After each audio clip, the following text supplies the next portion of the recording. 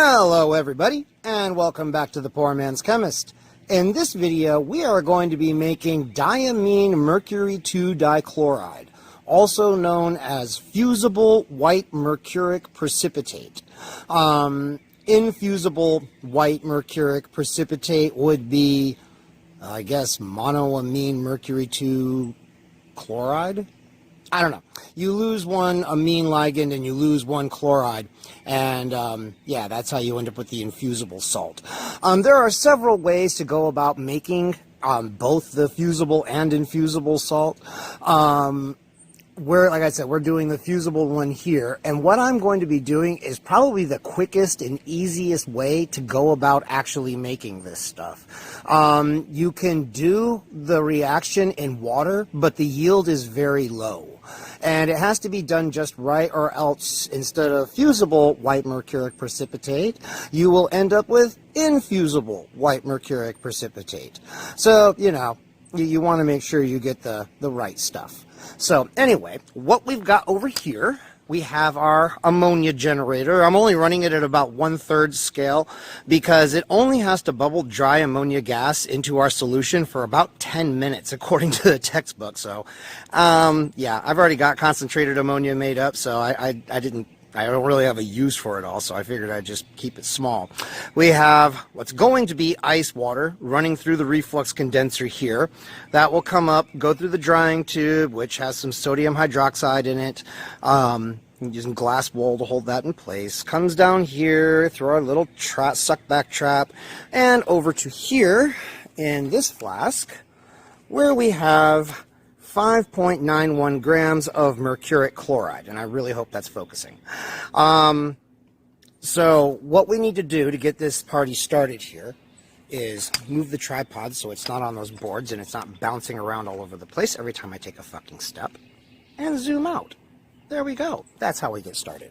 Okay, we are going to dissolve our mercuric chloride in 110 milliliters of dry ethyl acetate,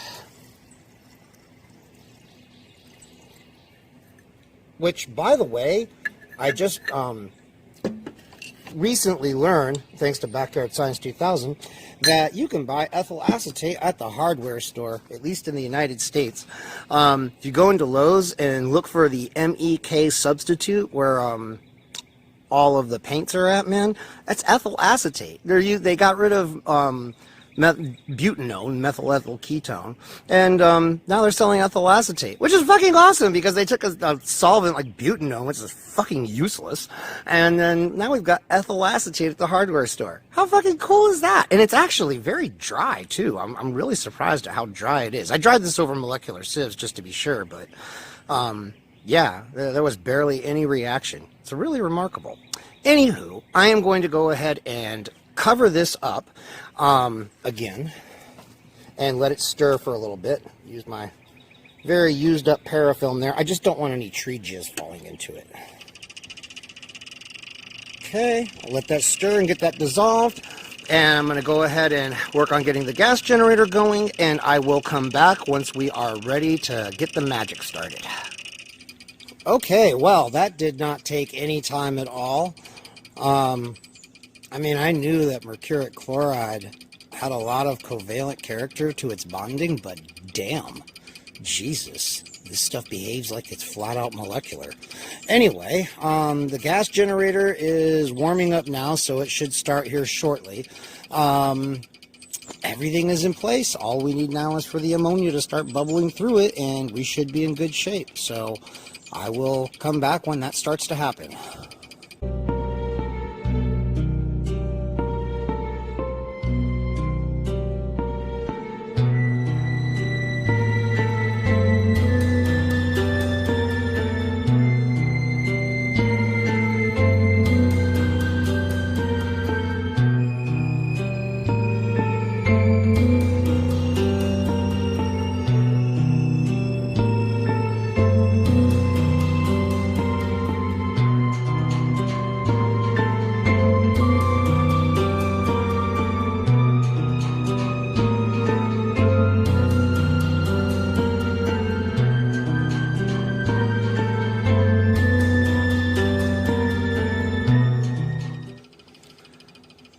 Okay, everybody, it's still bubbling the ammonia through, obviously.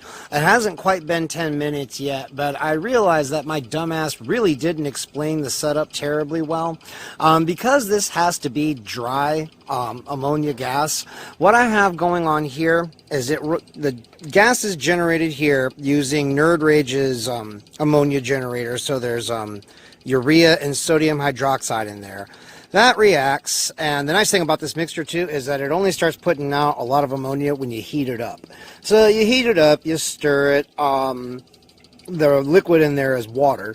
So as the ammonia and water vapor rise, they hit the reflux condenser here, which causes most of the water to condense and fall back into the boiling flask.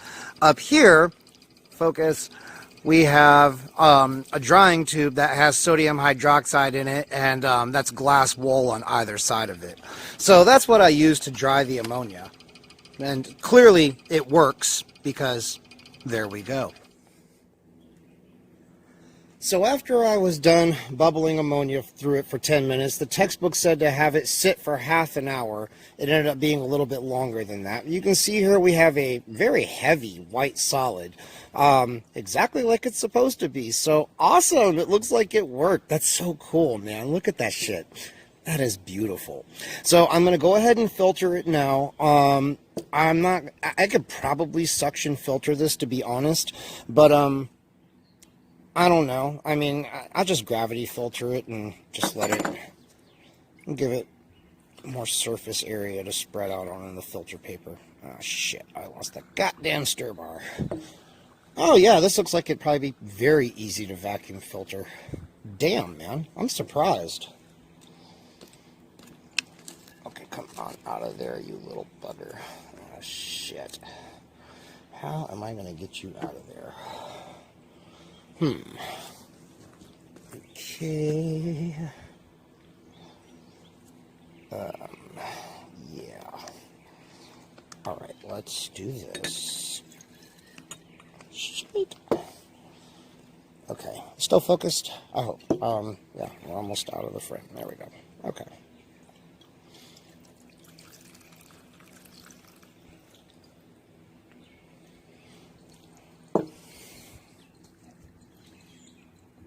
I hope that's still focused.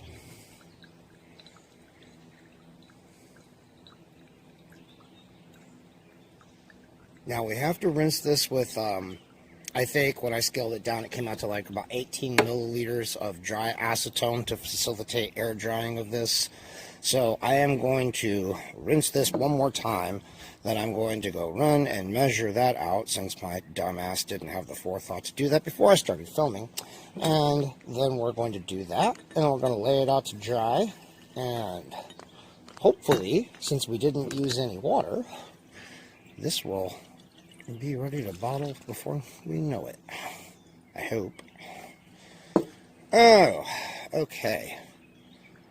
Well, let me go measure that shit, and I'll be right back. Okay. Alright. So make sure everything's out of there. We have our acetone rinse here. There we go. Now, once this is done dripping, I'm going to take it off of here. And we will dry this shit out. This doesn't take a whole lot of time to do. It's actually kind of easy. You go in there, contaminated stir bar. Rinse you into mercury waste later to be recycled. Don't want to waste the mercury. The way things are going these days, you might fucking need it later. Okay, press that dry.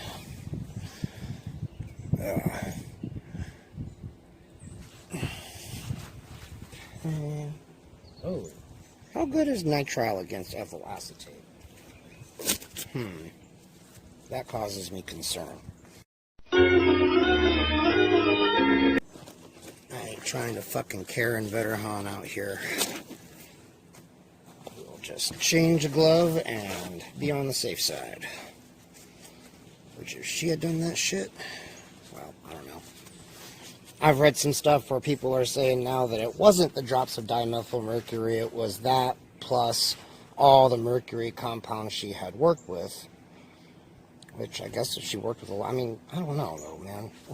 I would think that the woman probably understood what the hell she was dealing with, since she was kind of an expert in it, and you would think that she took the relevant precautions.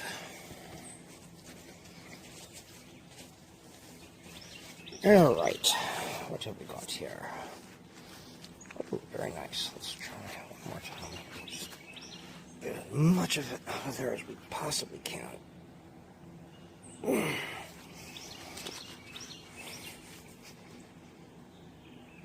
Okay, feel it. Change gloves again. Is that overkill? Probably. Do I really care? No. No, not especially. I ain't worried about the price of gloves when the alternative is heavy metal poisoning. I don't want to be one of those people that ends up in a situation where they're looking back at things in some hospital bed going, gee, I really wish I'd just changed my gloves and then I wouldn't be in this mess. Yeah, I don't want to be that guy. All right, y'all. There we have it. Fusible mercuric precipitate. A blast from the past. That is pretty cool.